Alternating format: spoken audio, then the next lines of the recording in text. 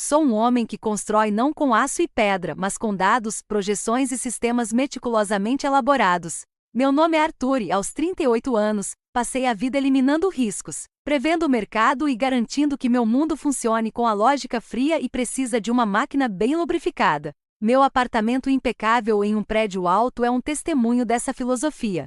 Cada item tem seu lugar, cada rotina é rígida e minha vida é uma obra-prima de ordem calculada. Esta é a vida que construí. Há 5 anos, Clara se tornou parte dessa estrutura.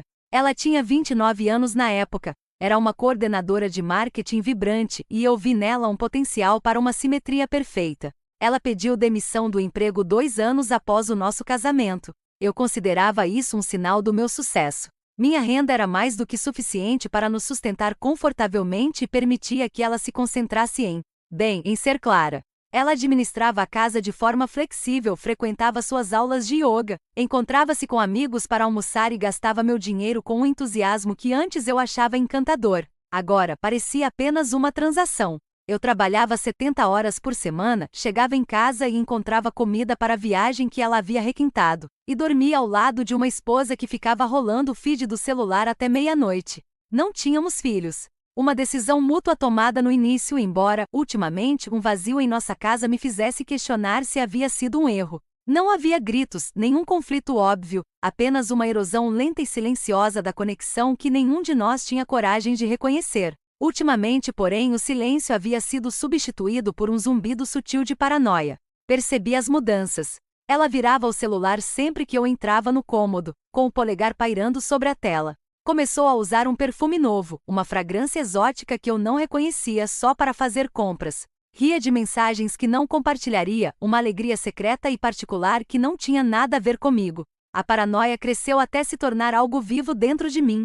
Quando sugeri que precisávamos nos reconectar, lembrar por que havíamos nos escolhido, ela concordou com uma ânsia quase assustadora. Isso me aliviou e me inquietou ao mesmo tempo. Então planejei a solução perfeita, uma semana em uma cabana isolada nas montanhas Cascade, a 4 horas da cidade. O lugar era cercado por uma densa floresta, acessível apenas por uma estreita estrada de terra, sem sinal de celular, sem distrações, apenas nós, a natureza selvagem e a oportunidade tranquila de nos reconectarmos. Reservei para o final de outubro, quando as cores do outono estariam no auge e a temporada turística seria uma lembrança distante. Durante a viagem, Clara estava excepcionalmente animada, com o celular sempre em suas mãos até o sinal cair. Convenci-me de que era apenas abstinência de redes sociais. A cabana era perfeita, rústica, mas confortável, com uma lareira de pedra e janelas com vista para um lago cristalino. Os 2 primeiros dias transcorreram em um silêncio estranho e educado. Caminhamos, cozinhamos juntos, sentamos ao redor da fogueira conversando sobre nada. Eu me convenci de que isso era progresso, que estávamos simplesmente nos readaptando à presença um do outro, como 2 estranhos encontrando seu lugar. Mas naquela noite, enquanto a observava finalmente adormecer, a luz das brasas moribundas projetava uma longa sombra sobre seu rosto, e eu não conseguia me livrar da sensação de que ela não estava apenas se adaptando a mim. Ela estava se adaptando à ausência de outra pessoa. Eu só não sabia quem. A manhã do 3º dia chegou com uma falsa sensação de paz, um calor enganoso que não deveria estar ali no final de outubro. Acordei cedo, o instinto primitivo de cuidar da minha esposa pulsando em minhas veias.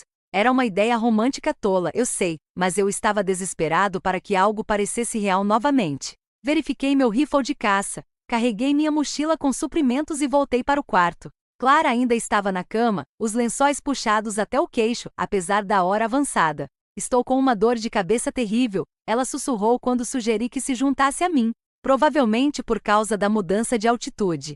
Só preciso descansar no escuro, insistiu ela para que eu fosse sozinho, praticamente me empurrando para fora da porta com um olhar desesperado e a garantia de que ficaria bem. Ao sair, minha mente, sempre analítica, começou a apontar inconsistências. Ela disse que estava descansando, mas eu a tinha visto sentada, mexendo no celular, justamente o aparelho que supostamente era inútil ali. Queixava-se de dor de cabeça, mas a maquiagem estava impecável, os lábios com um tom rosado suave. E o mais chocante, estava usando o roupão de seda caro que eu lhe dera de presente de aniversário, aquele que ela alegava ser bom demais para o dia a dia. Quando me inclinei para beijar sua testa, ela se encolheu levemente, virando o rosto como se o toque fosse algo estranho. Tentei ignorar tudo. Eu queria que essa viagem desse certo. Precisava que desse certo. Então, coloquei meu rifle no ombro e segui para a floresta, por uma trilha sinuosa que adentrava ainda mais a mata. A manhã estava linda, um caleidoscópio de folhas vermelhas e douradas. O silêncio era quebrado apenas pelo canto dos pássaros e pelo som satisfatório das minhas botas rangendo no chão da floresta. Pela primeira vez em meses, senti-me presente, vivo, conectado a algo além de planilhas e teleconferências. Avistei pegadas de coelho e as segui até uma pequena clareira. Movimentei-me com cuidado em silêncio, com um foco de caçador aguçado como uma navalha, mas minha bota bateu em um trecho de folhas úmidas que cobria uma rocha coberta de musgo.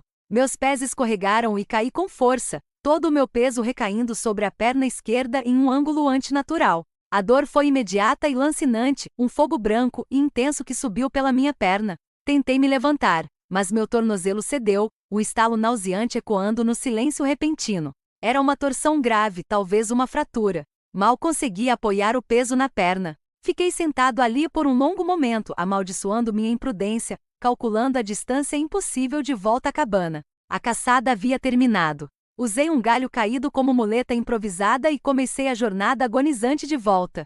Cada passo, uma nova onda de agonia. Minha mente, sempre pragmática, voltou-se para as preocupações práticas. Gelo, altitude, uma viagem ao hospital. A jornada durou quase 1 hora. Cada minuto parecia uma eternidade. Eu estava exausto de dor e completamente derrotado. A visão da minha fantasia de caça jazia despedaçada aos meus pés. Quando finalmente me aproximei da cabana, apoiando-me pesadamente na muleta, ouvi algo que me paralisou. Era um som baixo e rítmico, um gemido de prazer seguido por uma risada gutural e baixa de um homem. Era um som que não deveria estar em uma cabana silenciosa onde minha esposa supostamente descansava com dor de cabeça. Fiquei paralisado na janela, minha perna machucada esquecida, a dor não passava de um zumbido distante. Toda a minha realidade, o mundo controlado e preciso que eu havia construído, estava desmoronando na cena diante de mim. Lá estava ela, Clara, em nossa cama. A cama em que eu havia dormido na noite anterior. A cama que eu havia reservado para salvar nosso casamento com um homem que eu nunca tinha visto antes. Eles não estavam se escondendo. Não havia vergonha nem febrilidade. Estavam completamente absortos um pelo outro. Uma cena crua e primal de paixão que eu não vivenciava com minha esposa há anos, talvez nunca. Ele era mais jovem do que eu, provavelmente na casa dos 30, com um físico magro e forte. Suas roupas estavam empilhadas descuidadamente ao lado da cama. Botas de trabalho, jeans surrados, uma camisa de flanela.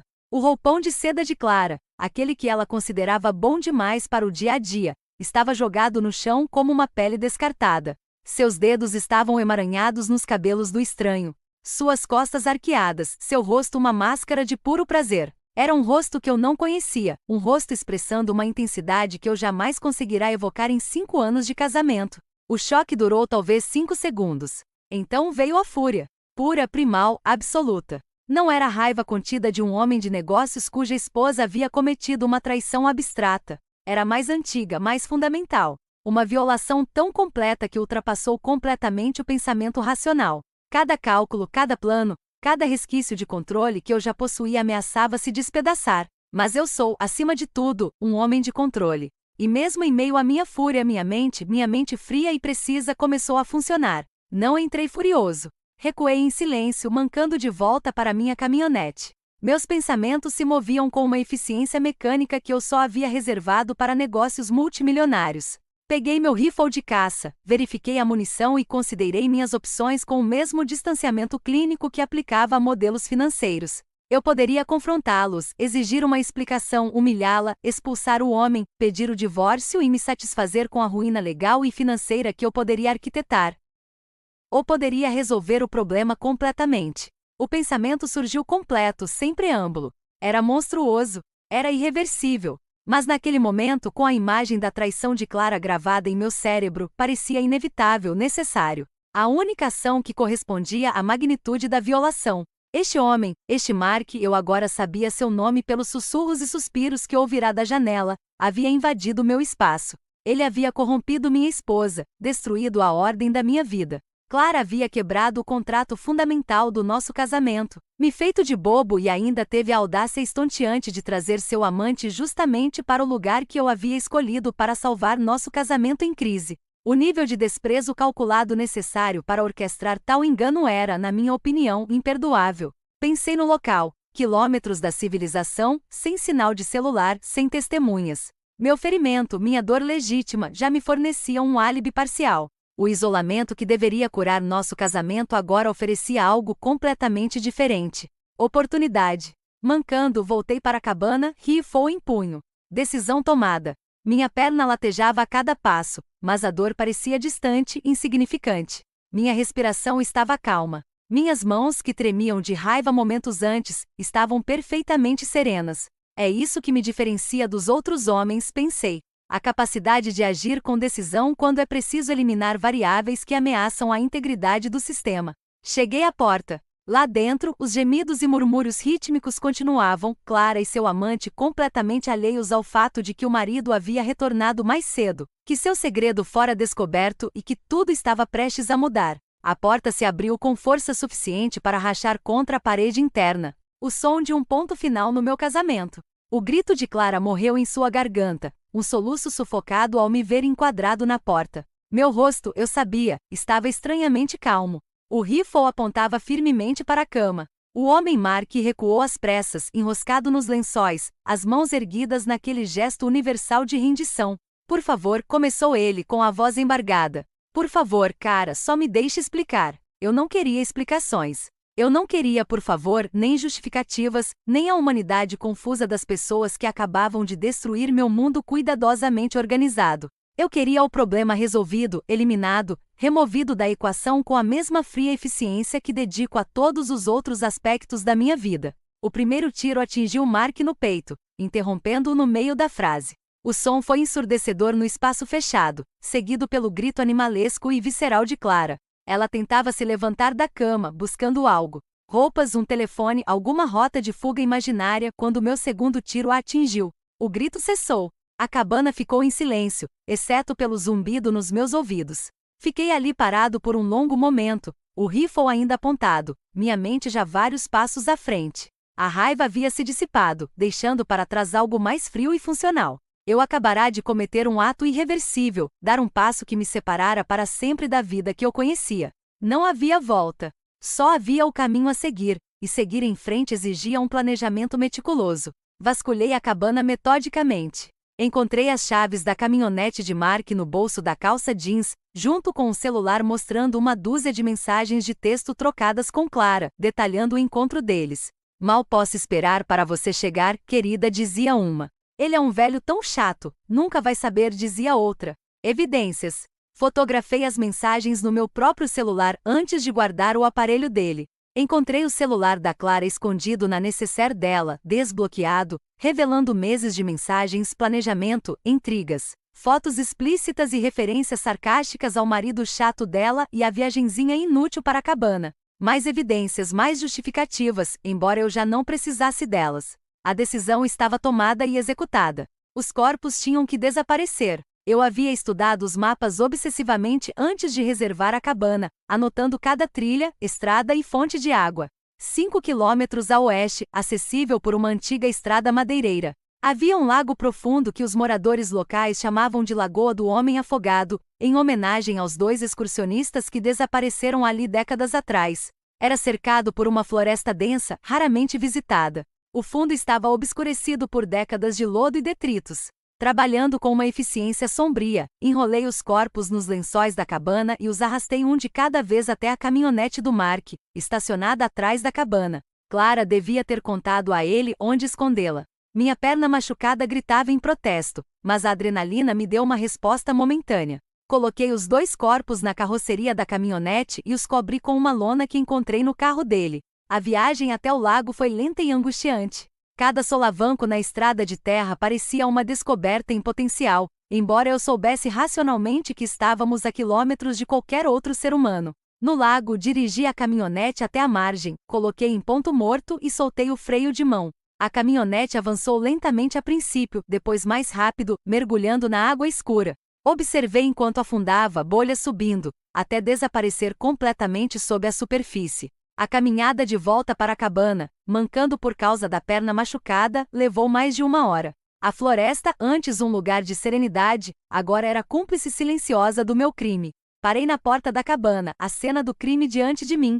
O ar estava denso com o cheiro de cordite e cobre. Manchas de sangue cobriam as paredes e a roupa de cama. Cápsulas de balas jaziam como soldados caídos no chão. Móveis fora do lugar e um abajur no lugar contavam a história de uma luta. A cena era um crime óbvio, mas era uma história que jamais seria contada se eu fizesse meu trabalho direito.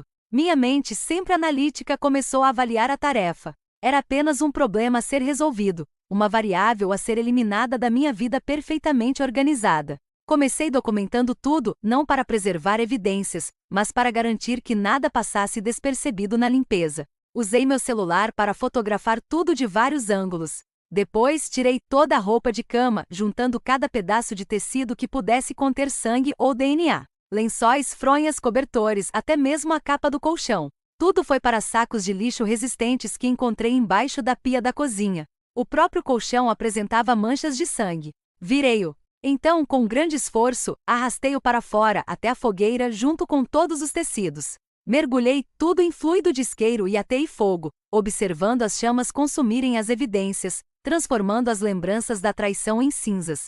Enquanto o fogo ardia, voltei para dentro para começar o meticuloso processo de limpeza. Comecei pelas manchas de sangue mais óbvias, usando água sanitária e água quente, esfregando as paredes, o chão e os móveis até que as manchas desaparecessem. Encontrei 3 cápsulas de balas e as guardei no bolso. Localizei uma bala cravada na parede atrás da cama e a retirei com uma faca de cozinha, tapando o buraco com pasta de dente, um conserto temporário que se misturou razoavelmente bem com a madeira envelhecida. Horas se passaram. O sol percorria o céu, mas eu não me importei. Minha perna machucada latejava, mas ignorei a dor, concentrando-me apenas na tarefa em mãos. Limpei não apenas o quarto, mas toda a cabana, eliminando qualquer possível evidência forense. Limpei as superfícies que Mark pudesse ter tocado. Asperei tudo cuidadosamente e depois queimei o saco do aspirador na fogueira. Cheguei a esfregar o banheiro, sabendo que Clara provavelmente havia tomado banho com um amante, deixando vestígios de DNA por toda parte. O fogo lá fora acabou reduzindo a roupa de cama a cinzas que espalhei no lago, um local de descanso final para seus segredos.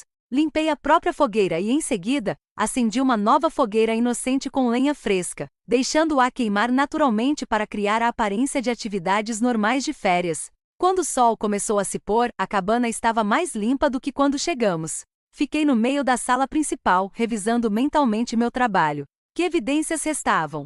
Minha própria presença, certamente. Minhas impressões digitais, meu DNA, meus pertences, mas isso era esperado. Eu deveria estar aqui. A presença de Clara também era esperada, mas a presença de Mark havia sido apagada. A violência havia sido apagada. A cabana havia sido restaurada ao seu estado original, um refúgio tranquilo e rústico onde nada de incomum havia acontecido. Minha história era simples. Era crível. Era quase toda verdadeira. O tipo de história que, sem um corpo ou evidências de violência, seria impossível desmentir. Eu repetiria os detalhes várias vezes, ensaiando minha performance para as autoridades. A história seria assim: Clara e eu fomos dormir ontem à noite. Esta manhã fui caçar sozinho. Clara queria descansar. Machuquei a perna. Verdade. E voltou mais cedo. Verdade. Clara tinha ido embora. Verdade, em certo sentido. O celular dela tinha sumido. Verdade. Atualmente afundando em um lago. Procurei por ela nos arredores, chamando-a. O pânico crescia cada vez mais. Finalmente, sem nenhum sinal dela e com a perna machucada demais para procurar direito, liguei pedindo ajuda. Eu era o marido de coração partido. A vítima de um desaparecimento misterioso. O arquiteto do meu próprio álibi impecável. O departamento do xerife chegou 90 minutos depois da minha ligação. 2 policiais em um SUV enlameado, seguidos 1 hora depois pelo xerife Tinkins, um homem experiente na casa dos 60 anos que já tinha visto de tudo que as montanhas podiam oferecer a caminhantes e turistas. Eles me encontraram sentado na varanda da cabana, com a perna machucada elevada, o rosto uma máscara de angústia controlada. Meu coração batia forte como um tambor e minha mente estava em um cronômetro, ensaiando cada compasso da apresentação. Contei a eles minha história, minha voz firme, mas tensa na medida certa. Mostrei a eles o rifle de caça descarregado e guardado corretamente. Mostrei-lhes onde caí, onde machuquei a perna. Expliquei a dor de cabeça de Clara, seu desejo de descansar, minha decisão de voltar mais cedo por causa da lesão. Os policiais examinaram a cabana, impecável, sem sinais de perturbação. Eles vasculharam a área ao redor, chamando o nome de Clara na floresta que escurecia, suas vozes ecoando entre as árvores. Houve alguma discussão? Clara estava deprimida? Ela tinha algum motivo para ir embora? Perguntou o xerife Tinkins. Dei respostas cautelosas. Nosso casamento era bom. Disse a ele que tínhamos vindo para cá para nos reconectarmos. Clara parecia feliz, apenas cansada. Não mencionei nenhuma preocupação, nenhum sinal de alerta. Eu era a imagem perfeita de um marido dedicado cuja esposa havia desaparecido inexplicavelmente. Nos dias seguintes, a busca se expandiu. Voluntários chegaram de cidades próximas. Cães farejadores seguiram rastros até o lago, mas não encontraram nada. Mergulhadores vasculharam as águas rasas, sem alcançar as águas profundas onde a caminhonete de Mark havia afundado no lodo. Helicópteros sobrevoaram a área. Participei da busca apesar da minha lesão. Chamando o nome de Clara junto com estranhos, meu rosto demonstrava uma preocupação justificada. Meu luto era real, só que não pelos motivos que eles imaginavam. Detetives da Polícia Estadual chegaram. Eles me interrogaram várias vezes com perguntas cada vez mais incisivas. Examinaram minhas finanças, que estavam em ordem, sem transações incomuns. Checaram meu histórico de ligações, nada suspeito. Entrevistaram nossos amigos e familiares, todos descrevendo Clara e eu como o casal perfeito. Talvez um pouco distantes ultimamente, mas nada alarmante. Vocês ouviram falar desse nome? Conhecem alguém que se encaixe na descrição? Perguntou um deles sobre Mark. Franzi a testa, balançando a cabeça negativamente. Deveria? Os detetives trocaram olhares, mas explicaram que estavam investigando todas as possibilidades. Uma caminhonete com as mesmas características de Mark havia sido dada como abandonada pela namorada dele 3 dias antes, e ele não fora visto desde então. Uma mera coincidência, provavelmente pensaram que pessoas desapareciam nessas montanhas o tempo todo. Semanas se passaram. A mídia noticiou o caso. Mulher desaparece em escapada romântica em cabana. Dei uma entrevista emocionada, implorando por informações. Postei nas redes sociais fotos da Clara, pedindo a quem tivesse informações que se apresentasse. Interpretei o papel do marido enlutado com perfeição, porque de uma forma distorcida, eu estava de luto. Não pela Clara como ela era, mas pela vida e pela ordem que ela havia destruído. A investigação continuou, mas começou a perder força. Sem um corpo, sem evidências de crime, sem pistas concretas, o caso foi esfriando aos poucos. Minha perna sarou.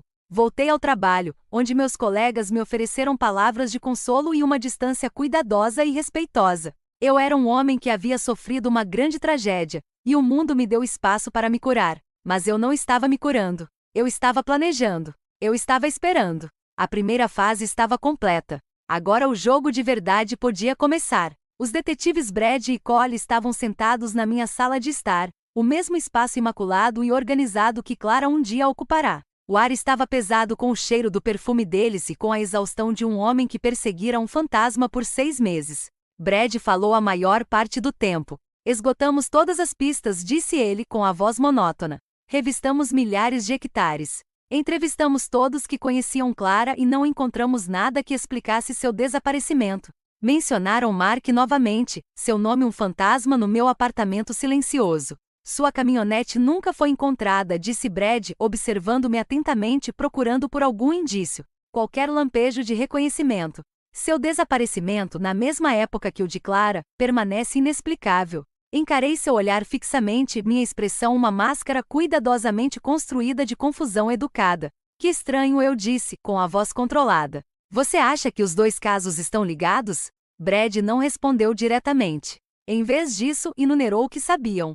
Nenhuma evidência de crime na cabana. Nenhum sinal de luta, nenhum corpo, nenhuma testemunha. Minha perna machucada foi documentada. Meu álibi, embora frágil, não foi contestado. Meus registros financeiros não mostraram nenhuma atividade suspeita. Meus dados de celular não mostraram nenhuma comunicação secreta. Amigos e colegas me descreveram como dedicada, embora talvez emocionalmente reservada. Em off, Brad disse, inclinando-se para a frente com a voz grave e rouca. Não gosto disso. Algo parece errado.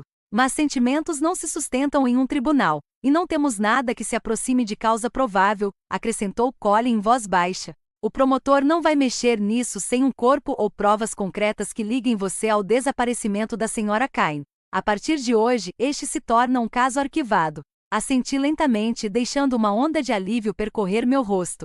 Não muito, apenas o suficiente. Então, o que acontece agora? Mantemos o arquivo aberto, disse Brad, levantando-se. A tecnologia melhora. Evidências aparecem. As pessoas falam. Se algo mudar, voltaremos. Ele me entregou seu cartão. E se você se lembrar de alguma coisa, qualquer coisa que possa nos ajudar a entender o que aconteceu com sua esposa, me ligue. Depois que eles saíram, fiquei sentado no silêncio do meu apartamento. Eu estava livre. A investigação havia terminado. Eu tinha me safado. Não por sorte ou coincidência, mas por meio de planejamento meticuloso e execução impecável. Eu deveria me sentir triunfante. Em vez disso, me senti vazio. Os dias se misturaram. Voltei ao trabalho em tempo integral, conquistei novos clientes e mantive minha reputação de analista brilhante capaz de prever qualquer resultado. Meus colegas pararam de me oferecer condolências. O sócio que havia sugerido licença por luto agora elogiava minha resiliência. A vida seguiu em frente, como sempre. Mas notei mudanças em mim. Sutis a princípio, depois cada vez mais difíceis de ignorar. Meu mundo, antes um bastião de ordem perfeita, agora parecia uma casca frágil e oca. A precisão da qual antes me orgulhava agora era um fardo. Uma busca implacável por controle sobre uma vida que estava fundamentalmente destruída. Eu era um homem que havia resolvido um problema, mas no processo, me tornei parte do problema. Eu estava livre, mas também era um fantasma, assombrado por um passado que não estava apenas morto, mas enterrado por minhas próprias mãos. Minha vingança estava completa, mas a vitória era um veneno, deixando-me com um vazio frio e calculado que eu sabia que jamais se curaria de verdade. Meu castigo não foi a prisão. Foi esta solidão silenciosa e sufocante. Já se passaram 3 anos desde a cabana. Meu refúgio agora é uma estrutura moderna de vidro e aço, localizada em uma cordilheira completamente diferente. Um lugar tão distante das cascades que parece outra vida. Venho aqui uma vez por mês, sempre sozinho, e me sento na mesma cadeira com vista para um vale intocado, pensando que externamente, minha vida tem sido um sucesso contínuo. Tornei-me sócio da empresa há 2 anos. Minha reputação como analista que nunca comete erros só cresceu. Expandi minha carteira de clientes e aumentei meu patrimônio. Saio ocasionalmente com mulheres adequadas do meio profissional, embora nada sério. Quando amigos sugerem que é hora de seguir em frente, de me abrir para novas possibilidades, sorrio e concordo, mas nunca levo adiante. A investigação sobre o desaparecimento de Clara permanece oficialmente aberta, mas praticamente abandonada. Brad se aposentou no ano passado, e seu substituto não demonstrou interesse em casos arquivados. A namorada de Mark acabou se mudando. Sua família realizou uma cerimônia em sua memória, sem o corpo. O lago guarda seus segredos, como eu sabia que guardaria. A tecnologia forense melhorou, mas é inútil sem evidências para analisar. Reflito sobre os aspectos práticos do meu crime, as coisas que fiz certo e os poucos erros que identifiquei em retrospectiva. Tive a sorte de que minha lesão na perna fosse genuína e significativa, fornecendo evidências físicas para corroborar minha versão dos fatos. Tive a sorte de Clara ter sido cuidadosa o suficiente em seu planejamento para que nenhum de nossos amigos suspeitasse do caso. Tive a sorte de Mark parecer ser o tipo de homem que poderia plausivelmente desaparecer sem que sua ausência levantasse suspeitas imediatas. Mas principalmente construí minha própria fortuna por meio de planejamento e execução impecável. No entanto, enquanto estou sentado nesta cabana luxuosa, cercado por evidências da minha vida bem-sucedida, me deparo com a pergunta que venho evitando há 3 anos. Valeu a pena? Digo a mim mesmo que sim. Clara violou o contrato fundamental do nosso casamento. Ela trouxe seu amante para um lugar que deveria curar nosso relacionamento, um nível de desrespeito e cálculo que exigia uma resposta absoluta. Mark participou conscientemente dessa traição. Eles fizeram suas escolhas. Eu fiz a minha. O mundo é mais simples, mais limpo, sem eles. Mais tarde da noite, no silêncio da minha existência solitária, reconheci algo que nunca havia dito em voz alta. O problema com a minha reação não foi que ela fosse injustificada. Em minha mente continua sendo uma ação necessária, mas sim que foi precipitada. Se eu pudesse reviver aquele dia, acho que teria hesitado. Não para poupá-los. Já superei esse tipo de sentimento, mas para primeiro entender, para fazer perguntas, para desvendar toda a extensão da traição de Clara antes de agir. A impulsividade da minha raiva, tão atípica para um homem que se orgulha do seu autocontrole, fez com que eu agisse sem todas as informações. Resolvi o problema de forma eficiente. Mas eficiência não é o mesmo que completude. Esta, decido, é a lição. Mesmo ações justificadas se beneficiam de paciência e análise minuciosa. Levanto-me, sirvo-me de uma bebida e observo o pôr do sol sobre o vale. Amanhã voltarei para a cidade, para a minha vida organizada, para a persona que mantenho impecavelmente. Ninguém sabe o que eu fiz. Ninguém jamais saberá. Cometi o crime perfeito. O preço a pagar é simplesmente que eu nunca consigo, nem mesmo para mim mesmo nas horas mais sombrias, admitir que talvez tenha sido um erro perfeito. Ergo meu copo para o quarto vazio. Ao seu pedido digo baixinho, e o preço de mantê-lo. A cabana não responde. Não espero resposta. Termino minha bebida. Coloco o copo precisamente no centro da mesa e começo a me preparar para dormir. De manhã, trancarei a cabana e voltarei para a civilização, deixando esta versão de mim, aquela que pensa demais em um dia de 3 anos atrás, para trás nas montanhas, onde ela pertence. Até o mês que vem, quando os pensamentos voltarem a ficar altos demais e eu retornar para sentar na mesma cadeira, ter os mesmos pensamentos e chegar à mesma conclusão. Foi necessário. Foi justificado e eu faria tudo de novo, só que mais devagar, com mais informações e com controle absoluto. Sempre com controle. E assim chegamos ao fim da história de hoje. Foi o que você esperava ou teve uma reviravolta inesperada? Estou curioso para saber sua opinião.